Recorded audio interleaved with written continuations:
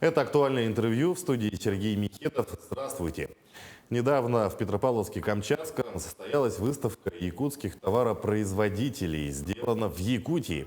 Также подписан протокол совместных мероприятий до 2027 года между правительствами Якутии и Камчатского края. Какие еще межрегиональные связи укрепила республика в уходящем году? Об этом и не только. Гость студии Сергей Хатылыков, заместитель министра по внешним связям и делам народов Республики Саха-Якутия. Сергей Александрович, здравствуйте. Здравствуйте. В каких областях налажено сотрудничество между Якутией и Камчатским краем? Да, в настоящее время наше двустороннее сотрудничество между Якутией и Камчаткой, оно сейчас основано на том соглашении, которое мы подписали еще в 2015 году. И как раз вот в рамках выставки, которая прошла с 16 по 18 декабря в городе Петропавловске-Камчатском, выставка-ярмарка называлась «Сделано в Якутии». И в рамках проведения этой выставки мы подписали протокол совместных действий по реализации как раз данного соглашения на период с 2023 по 2027 годы. С нашей стороны подписал заместитель председателя правительства, постоянный представитель Якутии по Дальневосточному федеральному округу Ким Александрович Борисов. С стороны Камчатки подписала заместитель председателя правительства края Юлия Сергеевна Морозова. Вот. И в данном протоколе мы прописали уже более актуальные, более конкретные действия, которые будут нацелены на межрегиональное сотрудничество в сфере туризма, образования, культуры.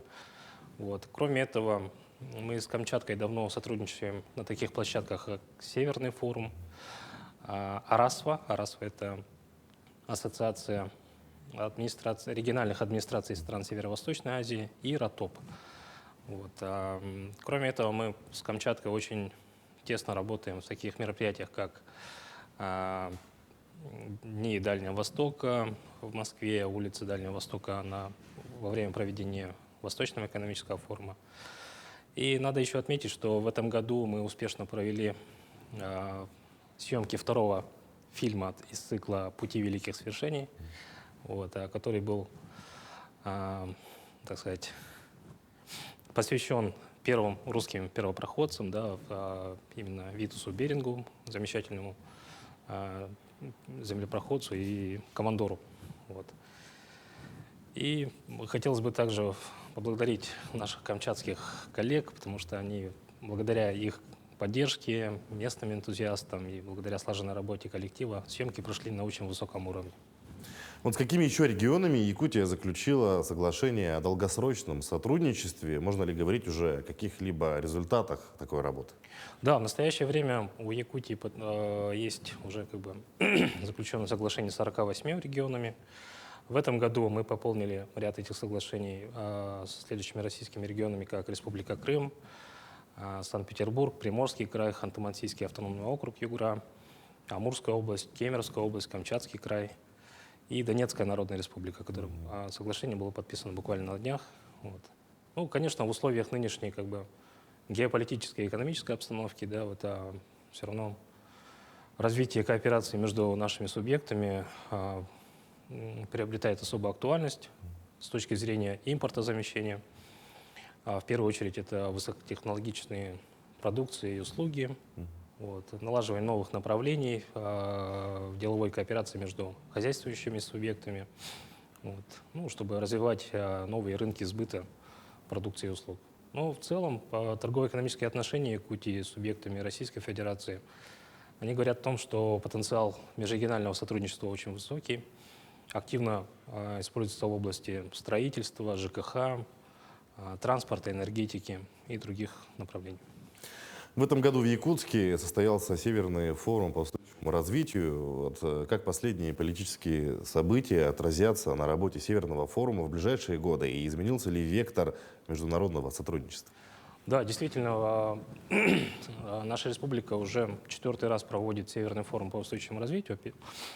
Предыдущие форумы проходили по темам транспорта, логистики. В прошлом году, например, на повестке дня стояла такая тематика, острый вопрос изменения климата, таяние вечной мерзлоты. В этом году 4-й Северный форум по устойчивому развитию, который прошел в конце ноября, начале декабря, повестка дня была заключена на теме энергетики. Энергия Арктики, новые вызовы, новые решения технологий. Всего было запланировано и проведено 36 мероприятий по различным направлениям. Были приглашены крупные эксперты по данной тематике. Это основная тематика, традиционные блоки, как глобальное партнерство для устойчивого развития Севера и Арктики, человек в Арктике, голос регионов в международной повестке, а также мероприятие молодежного Северного форума. И надо сказать, что в этом году приняло участие более 700 экспертов и участников, представителей научных, деловых кругов, образовательных учреждений. Вот. География участников расширяется с каждым годом. В этом году у нас были участники из 23 регионов и 10 зарубежных стран. Но можно сказать, что в условиях, так сказать, беспрецедентных ограничений, при остановке сотрудничества Российской Федерации практически всех международных организаций Арктики, арктических государств и необходимость налаживания эффективного взаимодействия с регионами Азии, с учетом, так сказать, изменения вектора развития России на восток, наш СФУР, Северный форум по устойчивому развитию, становится площадкой для сотрудничества и совместной работы заинтересованными государствами Азии. Вот. В этом году в работе СФУРа принимали участие эксперты из Китая, из Японии, Республики Корея. Также в этом году присоединились еще эксперты из Индии. К столетию Якутской ССР в Министерстве иностранных дел Российской Федерации состоялась презентация Якутии. Какие главные достижения были представлены нашим регионам? Да, действительно, в этом году, 7 декабря, на площадке культурного центра МИД России состоялась презентация Якутии. Мы представили экономический, инвестиционно-туристический потенциал республики. В этом мероприятии принял личное участие министр иностранных дел Российской Федерации Сергей Викторович Лавров. Вместе с нашим главой Александром Сергеевичем Николаевым он ознакомился с главными достижениями республики, с социально-экономическим развитием. Это достижения в росте промышленности, лидерство в сфере IT, технологий, креативных индустрий, с многочисленными международными проектами в культурно-гуманитарной сфере. Также ознакомился с товарами якутских производителей, с нашей культурой, с нашим искусством. И можно сказать, что был большой интерес со стороны представителей дипломатического корпуса, более 20 высокопоставленных представителей из посольств зарубежных стран, плюс представителей деловых бизнес-кругов из различных регионов России. Летом во Владивостоке прошли 7-е международные спортивные игры «Дети Азии». Расширилась ли география участников игр? Да, в этом году, несмотря на сложившуюся геополитическую обстановку, 7-е летние игры «Дети Азии» прошли в городе Владивосток Приморского края. Здесь нужно особенно отметить, что 7-е игры «Дети Азии» в этом году стали единственным крупным спортивным мероприятием, которое прошло на территории Российской Федерации.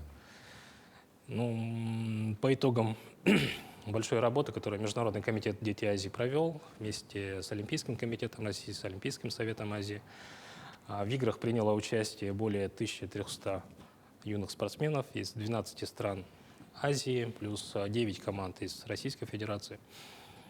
Касательно географии, я бы хотел тут прокомментировать. Если в 6-х играх, которые прошли в Якутске в 2016 году, принимали участие 36 стран, то в этом году только 12. Но здесь сказались как ограничение ковидного протокола. Было огромное количество стран, которые очень хотели принять участие, но ввиду внутристрановых ограничений по выезду спортсменов из страны, они не смогли принять участие. Ну и также сказалась ситуация с беспрецедентным санкционным давлением на нашу страну.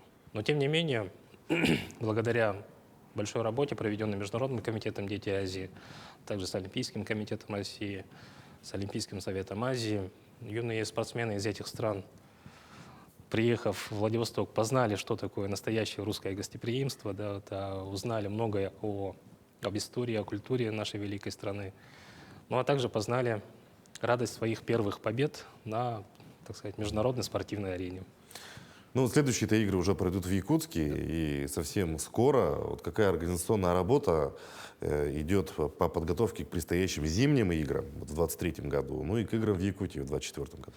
Да, помимо летних игр, уже в 2016 году было принято решение о проведении еще и зимних игр. Первые зимние состоялись в феврале 2019 года в городе Южно-Сахалинске. Вот. А вторые игры пройдут с 25 февраля по 5 марта следующего года в Кемеровской области. Здесь будут задействованы 4 населенных пункта. Это город Кемерово, город Новокузнецк, город Междуреченск и Таштагольский район, где находится знаменитый комплекс Шерегеш. Вот. В спортивную программу игр войдут 9 видов спорта. Вот. И плюс сюда в программу игр также включен волейбол на снегу. Это как демонстрационный вид спорта новый. Вот. Уже организован оргкомитет, организована дирекция игр «Дети Азии», вторых зимних. Вот. Ведется большая работа. И 21 января в Якутии, в священной местности Ленские столбы, будет проведена церемония зажжения огня вторых зимних игр. И 22 января будет проведена эстафета, первый этап эстафеты огня игр в городе Якутске. Вот. А что касательно 8-х летних игр в 2024 году, уже было принято, в начале этого года было принято решение, что 8-е игры состоятся у нас в Якутске. Вот. Уже создан федеральный организационный комитет. В следующем году будет создана дирекция, которая будет вместе с Международным комитетом «Дети Азии» уже проводить, переходить в активную фазу подготовки. В рамках подготовки к играм будут построены и реконструированы, приведены в порядок все спортивные объекты нашей столицы, нашей республики.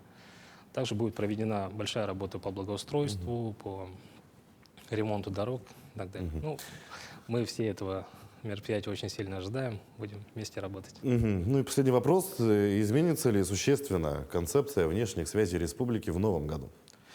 Да, действительно, недавно Министерство иностранных дел Российской Федерации анонсировало разработку новой концепции внешней политики Российской Федерации.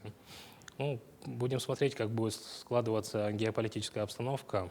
Если не будет никаких кардинальных изменений, то новую редакцию концепции планируют представить в начале следующего года. Вот, и будем в соответствии с этой новой редакцией концепции уже принимать изменения в концепцию внешних связей республики. Ну что ж, Сергей Александрович, спасибо, что нашли время, пришли к нам, ответили на наши вопросы. Желаю дальнейшей успешной работы на укрепление внешних связей нашего региона. Ну и, пользуясь случаем, поздравляю с наступающим Новым годом. Спасибо большое вас. Всех тоже поздравляю с наступающим Новым годом. Всем здоровья, счастья, новых достижений, новых горизонтов. Спасибо.